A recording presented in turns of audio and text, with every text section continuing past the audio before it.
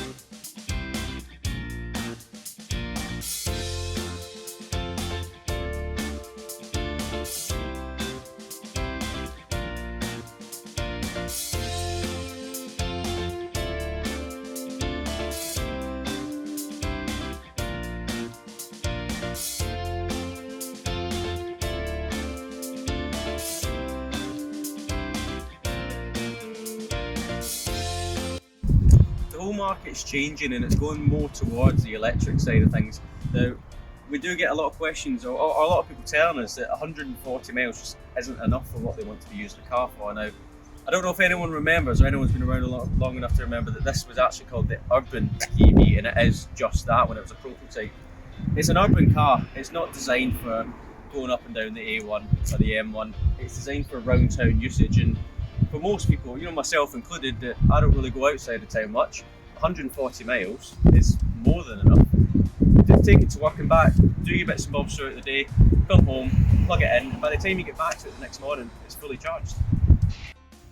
Another good thing about the whole market moving towards the electric market is these charging points are popping up everywhere, from 7 kilowatt standard chargers to 100 kilowatt fast chargers. Now, there's even some locally in some of our supermarkets, so you can do a bit of shopping, plug it in to the charger, and while you're doing the shopping, you get it charged up, so there's really nothing for you to worry about. Continuing on with the modern technology, you might notice that this car doesn't actually have any physical door handles, and that's because it's on a keyless entry system.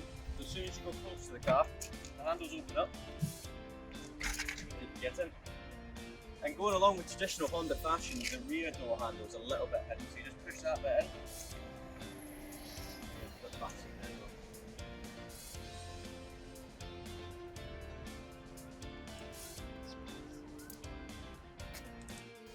Moving around to the boot of the car, you can see that the reversing camera is no longer bulky like it has been on the CR-Vs. It's actually built into the boot lid.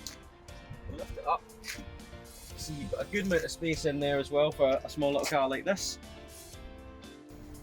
The question we get asked a lot when it comes to electric cars is how simple is it? Is it easy? Is it difficult? Is it fast?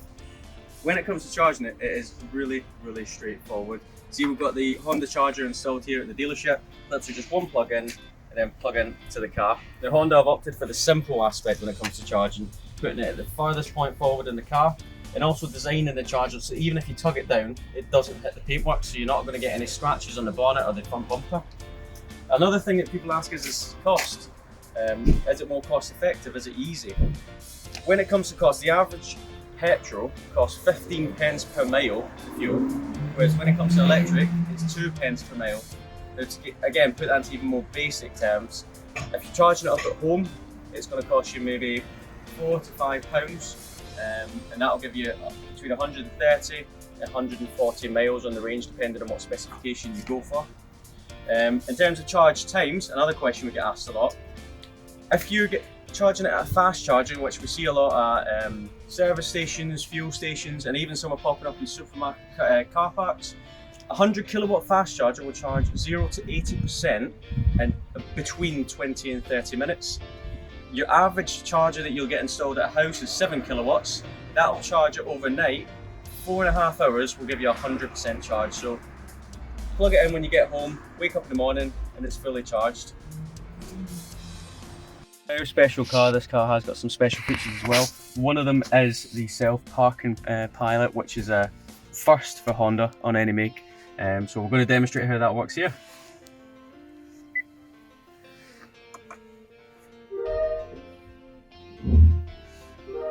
The car takes full control, lines itself up. This space is particularly tight, so I'm holding my breath hoping it's going to get in.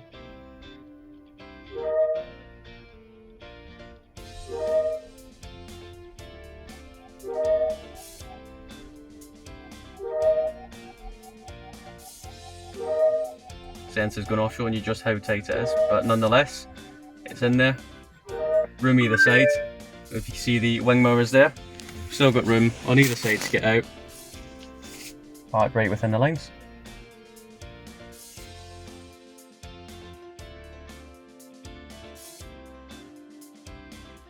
By far the most eye-catching feature in the Honda E is the inside. We've got a total of 5 screens in front of us. 2 for the wing mirrors, 1 for the main driver dash, and then 2 infotainment systems. Now you can see from the infotainment system you can control all the safety aspect of the car. We've got control over the low speed braking, blind spot information, road departure. Left hand side I've displayed the battery charging, showing you sort of the percentage and the range. But we can change it. We can have the navigation on this side, and we can have the radio on that side. It's totally interchangeable and customizable to what you want as a customer. We've got the heated controls, and as I said in the video with the Jazz that we done not that long ago, it's simple, it's easy. You got one for your fan, one for your temperature, and of course heated seats both sides with 3 settings. Moving down here, again going with the retro feel with the nice wood finish, we've got the touch gear selector, so you've got park, reverse, neutral and drive. This is a new addition exclusively to the Honda E. It's a single foot pedal. Now what you can do with that, if you activate that, it basically takes the brake out of the equation, so as soon as you come off the accelerator, the car will start to brake down to a standing stop. It will also generate power when it's doing that to put back into the battery in an attempt to make the battery life and the range longer. We've got 2 modes of drive. We've got sport and normal. Sport you get heightened acceleration with. Normal, it just provides you with smooth acceleration.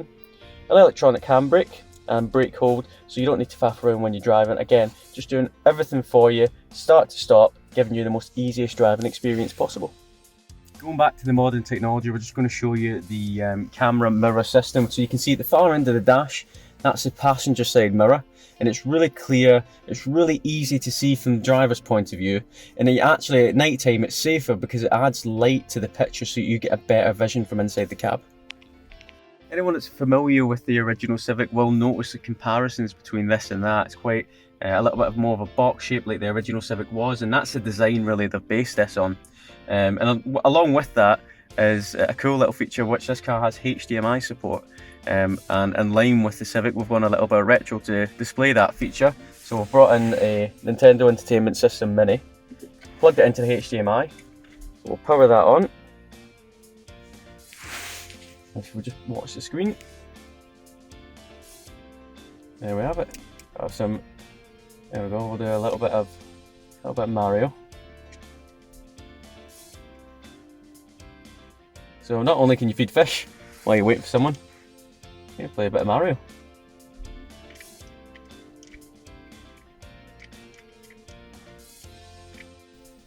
One last thing we wanted to talk you through is the 360 camera system, another first on the Honda. So you can see I'm reversing here, and it's showing me from a sky view my surroundings, cars next to me, cars in front of me, beside me. And that's all part of the parking pilot system.